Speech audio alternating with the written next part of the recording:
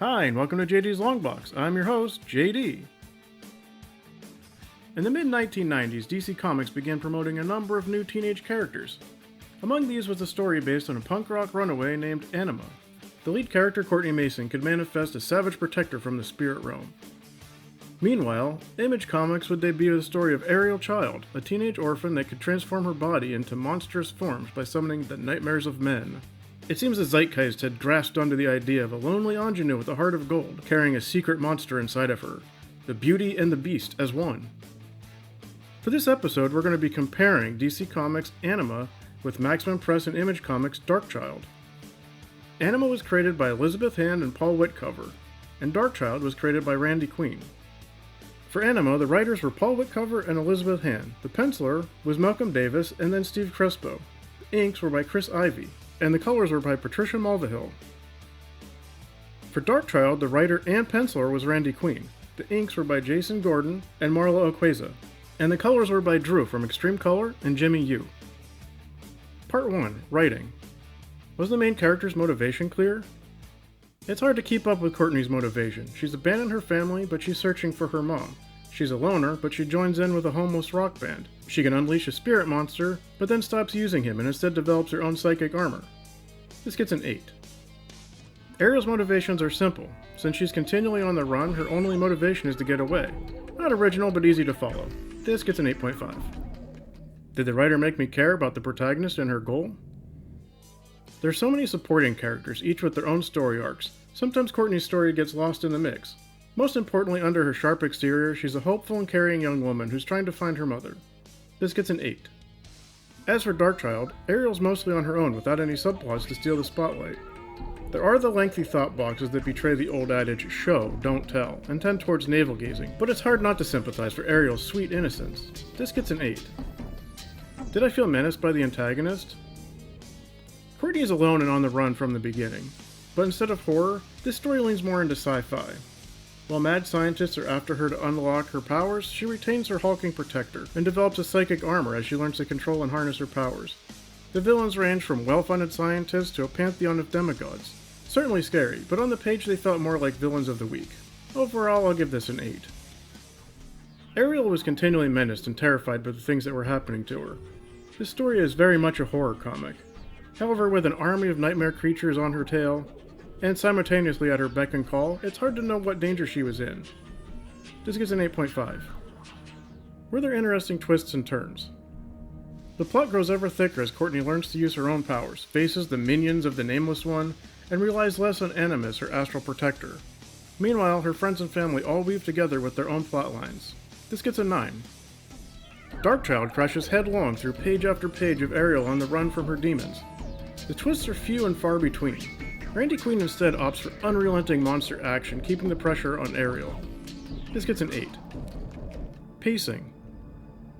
Anima is a much more involved story with several supporting characters and villains with ulterior motives. Intersecting storylines keeps the pace moving along. This gets an 8.5. Darkchylde is a torrent of splash pages and 2-page spreads. Normally this would read incredibly fast, if not for the extensive thought boxes that slows the reading way down. This gets a 7.5. Dialogue. The dialogue in Anima is fittingly tailored to each character. The scientist dialogue was techy, the teenagers talked with heavy slang. This gets a 9. The dialogue in Darkchylde tends to run on, like too much dialogue was written for the number of panels. The narration or thought boxes come across like diary entries, allowing Ariel's inner monologue to tell the story. Ariel gets believable dialogue as a scared, self-conscious teenager. This may explain why so many young women were drawn to this book when it debuted. For a book that at first glance looks like it's about monsters, explosions, and TNA, Darkchylde centers around a powerful but timid heroine. This gets an 8.5. Were the characters interesting? Courtney comes off as streetwise and tough with a punk rock style to match her attitude.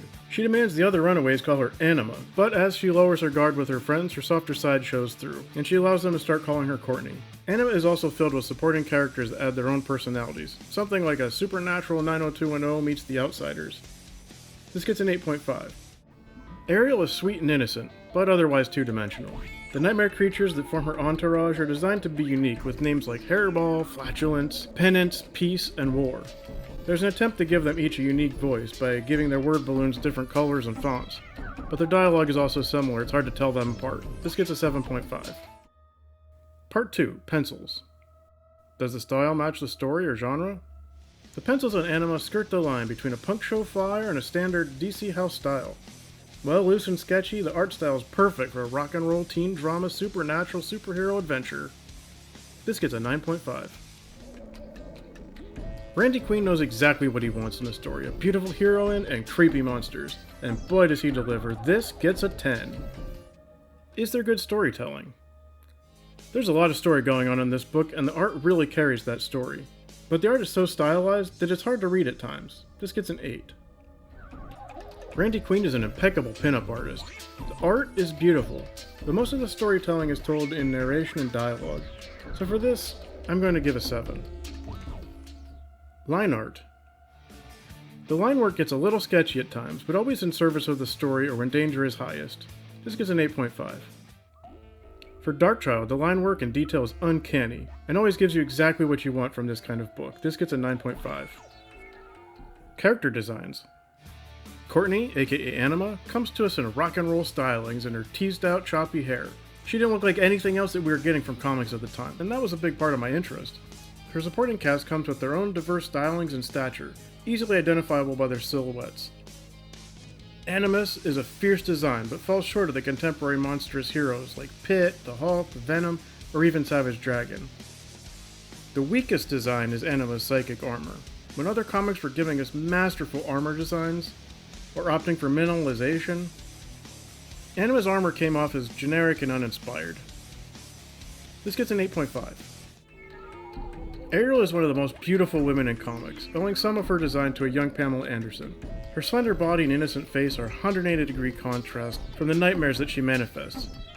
Randy Queen draws incredible monsters, but with the exception of Peace, I had a hard time telling them apart. This gets an 8. Costumes. Courtney starts out as rude, snarky, and rough around the edges. Her punk rock styling paints her as someone that can take care of herself. Her spiked bracelets, loose combat boots, and denim vest spangled with buttons means we can identify her, even if just a fist or a foot is in the frame. This gets an 8.5.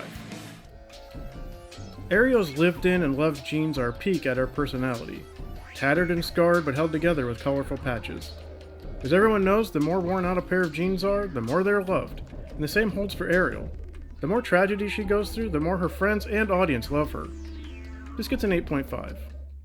Props and scenery. In Anima number 1 and 2, the hyper-stylized pages have almost no props or scenery. With the addition of Steve Crespo on issue number 3, there was a change in style. Crespo shows at least a little scenery and props, though mostly limited to a copious supply of syringes and sci-fi gack. This gets a 6. Randy Queen is a really talented artist and shows his competence in vehicles and architecture, but it's clear this isn't his interest. The story's focus on talking heads and action shots, completely devoid of backgrounds.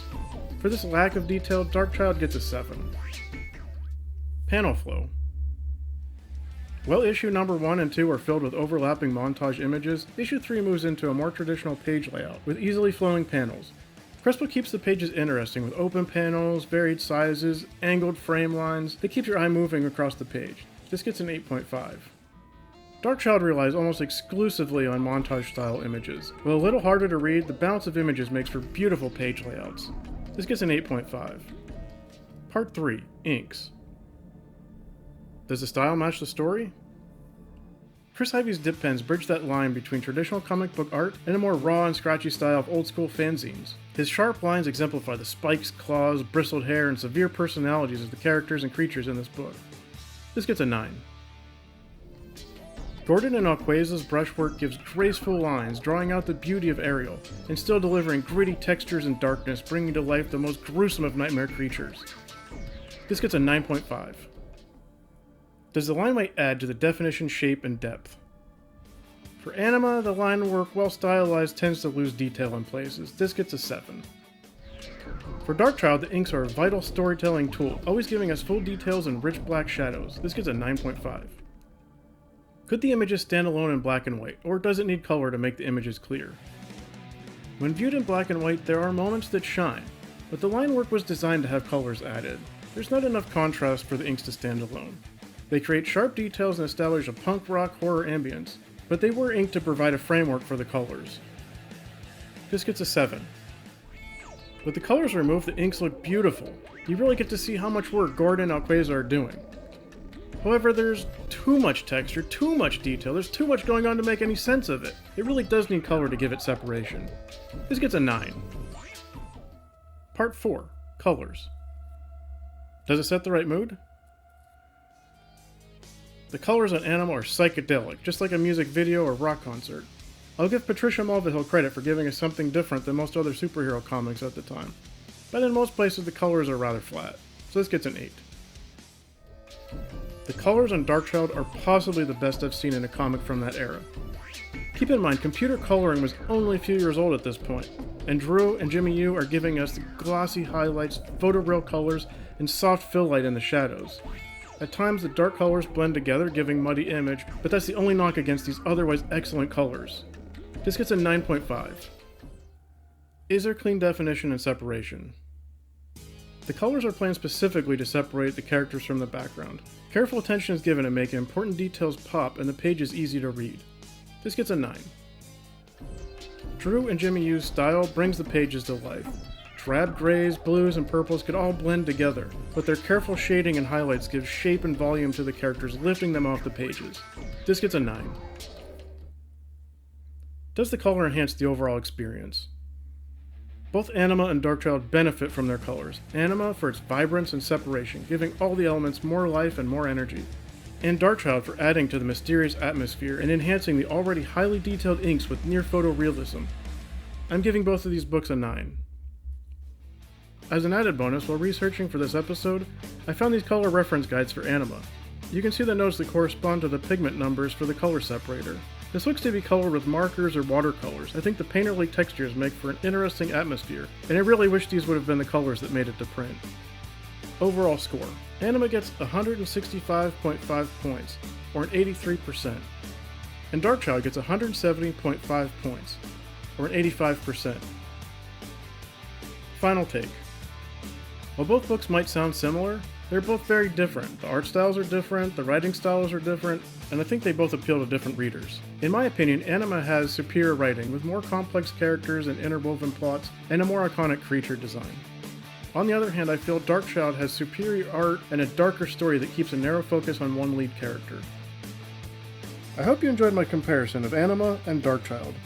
If you can think of any similar characters that you'd like me to compare, let me know in the comments. And if you like what I'm doing on this channel, be sure to subscribe so you never miss an update. Until next time, I'm JD, and this box is closed.